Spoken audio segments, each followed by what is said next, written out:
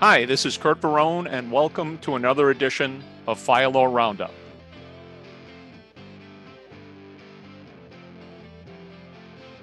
So we are going to start with an issue that's, near and dear to your and my heart. In fact, I just lectured on this at one of my conferences. You lecture all the time. We're going to start with Georgia, a battalion chief filed suit under Fair Labor Standards Act for unpaid overtime. Now, let me give some background generally on this so everybody understands. There are federal laws and potentially state laws, like if you're in New York, there would definitely be state laws, but there are federal laws at issue whenever, numerous federal laws at issue, whenever anybody tries to say we are exempt from overtime. And most people think, oh, you're a fire chief, you're management, you're automatically exempt from overtime. And it's not quite that simple, sorry to say to everybody. There are generally two first initial broad standards. You have to meet a minimum salary threshold, which is not the issue here, as I'll go through the facts. And you also have to meet a job description to show that you are in one of the categories of exempt from overtime employee positions, such as management. And so we're going to go through some of those here, but here are very simple facts, more complicated on the law. And again, right now, all we have is a lawsuit filed, nothing more. So we have a battalion chief. She left the Lumpkin County Fire Department. She filed suit claiming that she was improperly categorized as an exempt employee, right? An exempt employee exempt from overtime. And she was improperly denied overtime. She filed suit just recently, November 30th, and she's seeking back wages for the past 3 years, not 6.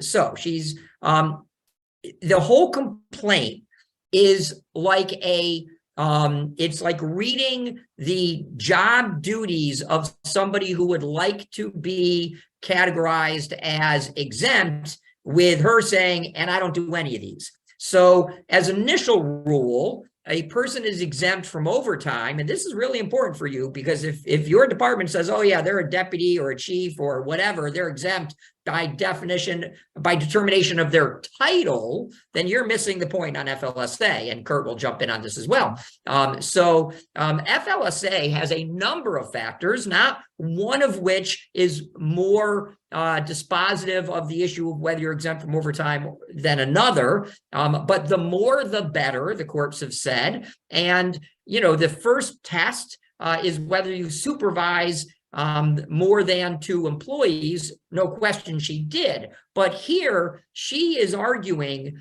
and makes a pretty good argument just from the complaint. I don't know what the true facts are. We won't know that yet. But from the complaint, she makes out a pretty good case. We would say in law, a prima facie case, that in fact, she is nothing but a firefighter who doesn't really do management activities. She merely supervises other firefighters on the fire ground.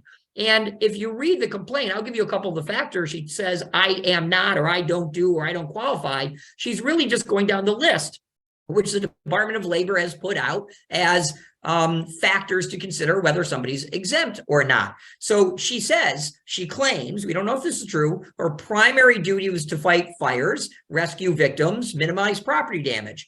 She claims she doesn't have the authority to hire or fire. She doesn't exercise any discretion or independent judgment. Now, let me stop here for a second. Let me go back to hire and fire. The test isn't that she has authority to hire or fire. Or she has the ability to make weighted decisions or weighty decisions that, have a lot of influence. So she only gives half. So I'm questioning, why are we only citing half of the rule? Nonetheless, she goes on and claims that she doesn't exercise any discretion or independent with regard to matters of significance. She doesn't have to have any specialized knowledge of any advanced type in a field customarily acquired or prolonged specialized intellectual study, et cetera. So she has no specialized training other than basically being a firefighter. She would direct the work of other firefighters and rescue at the scene, but maybe not outside the scene in the management capacity. She talks about her salary, but basically she then says, listen, I should not be classified as an exempt employee. Curt, over to you. Yeah, well, this is one of those areas that there's a lot of litigation on. I think pretty much everyone's settled on the fact that line captains and lieutenants are going to be considered hourly employees. The weight of the cases, there's a couple of oddball cases, but most of them say pretty much company officers are going to be considered hourly employees. The battleground right now seems to be on chiefs. And it's funny, I was watching some of the comments on the original story that I published the other day in social media. And the pundits, some of them are saying, oh, she's clearly an employee. She's clearly an exempt executive. And the reality is it's a lot more complicated than that. There are no simple answers here. But this has been an ongoing problem since 1985, when the FLSA really became applicable to state and local government. So prior to 1985, this was not an issue. Since 1985, it is. It got to the point where the Department of Labor actually got involved and issued a set of regulations, which are kind of affectionately referred to as the first responder regulations. And those are the ones that are really driving a lot of the decision making here. So again, a lot of legal wranglings are going to have to happen here. We have the scales of justice, and I think one way to kind of think about this is each duty that a chief officer has can weight toward being part of management, can weight toward being a first responder. Okay, the fact that you're on a shift weights towards being a first responder. The fact that you go to fires, you dispatch, you don't have discretion. When you dispatch, you have to go. That weights towards being a non-exempt hourly employee. On the other hand, the fact that you are involved in management type decisions and other types of things weights on the other side. So how this is all going to weight down, no one in social media knows. Okay, it really, you're going to have to go through depositions, requests for productions, and job descriptions, civil service records, whatever. But I think the way I like to do it, because this stuff sometimes gets emotional to firefighters, because if you're a chief and you feel like you're watching captains and lieutenants make more to you, you made battalion chief and you're watching captains and lieutenants make more to you because they're getting overtime, there's some frustration that can set in. So I think it's helpful to kind of think about this from a different profession. Okay, and one or profession or business, and I like to use Home Depot, okay, since it's one of my favorite stores, okay? But you think about the CEO of Home Depot is clearly an exempt executive, no question. His job is managing the enterprise, okay? The manager of an individual store is an exempt executive. Now, they're not the owner of the company or whatever, but they're okay. So now let's kind of drill down. How about the person who is in charge of hardware?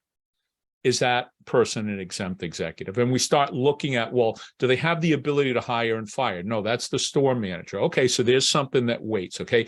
Do they have the ability to make decisions on matters of significance, such as where are we going to set things up? What's going to go on sale? Nope, that's the job of the store manager. And you start looking at all those and you put all those different factors in the different scales. Do they go on the management scale? Do they go on the hourly employee scale? And when all of the fact finding is done, then the judge has to weigh both scales and see which one weighs the most. Are they more managers? Are they more hourly? And then we have a decision. So again, there's a process that folks have to go through. And I think sometimes it's helpful if we step away from the fire service, step away from the emotions and the personal connection that we have there. And we kind of think about it in a different light, and then we can kind of be objective about it. Yeah, and I would say this. I would say if I was drafting this complaint, the lawsuit, I would have done it somewhat differently. So this is a little complicated, but it's telling as to why the individual did draft the complaint. So the individual highlights some main points of, right, well, I don't have any of these powers, so I'm not executive, but doesn't go through all of them. Just so all the viewers know, there's a long list of factors. And as I wanted to point out to people, look, she said one thing, but she didn't address the other, right? She said, I don't have the power to hire and fire. That's not the whole test. Or do you have the power to make heavily considered decisions? She never mentions that.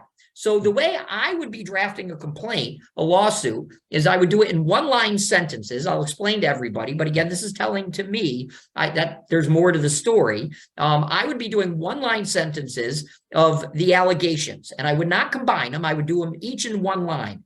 And that way, the employer is going to come back and has to admit or deny each single statement. So they can admit or deny, and then that should make the facts pretty easy.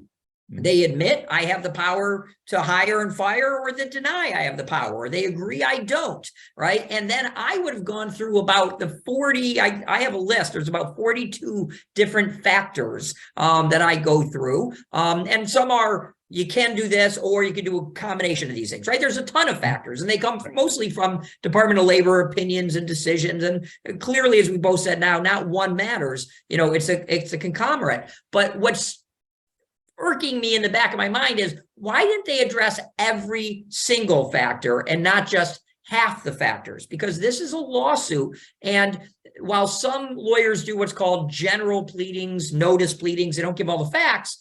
This is the type of lawsuit that requires you really to give all the facts, and they didn't do that. So there's something twinging in the back of my mind saying, don't jump to an opinion so quickly. We only have half the facts. I just, as a practitioner, I just wanted to throw that out, that I would have proceeded this way if every fact went in my, weighed in my favor. I would have gone through all the facts, not just 4 or 5 different factors. There's a lot more that weigh in. Well, for those who want to know more about the FLSA as it applies to the executive exemption and really anything related to the fire service here, we're going to be having our next FLSA for fire departments program. Starts tomorrow, December 6th. We're doing it a little differently than we have in the past. We're doing instead of doing 4 days in a row, 4 6-hour days in a row.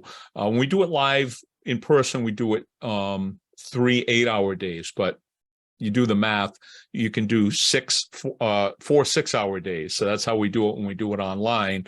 And rather than do it 4 days in a row, we're going to do it a total of 4 days. We're going to do Tuesday, Thursday this week, Tuesday, Thursday next week. We call that the 2+2 schedule.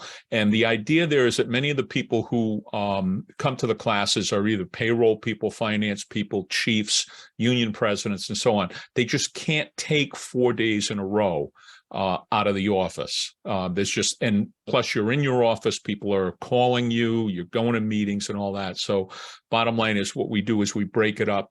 So you can go to the class on Tuesday. If you miss some, you can watch the recording, go to the class on Thursday, all caught up. Then you have a couple of days to catch up on anything you missed, and right on through. So, but again, that class starts tomorrow, December 6th.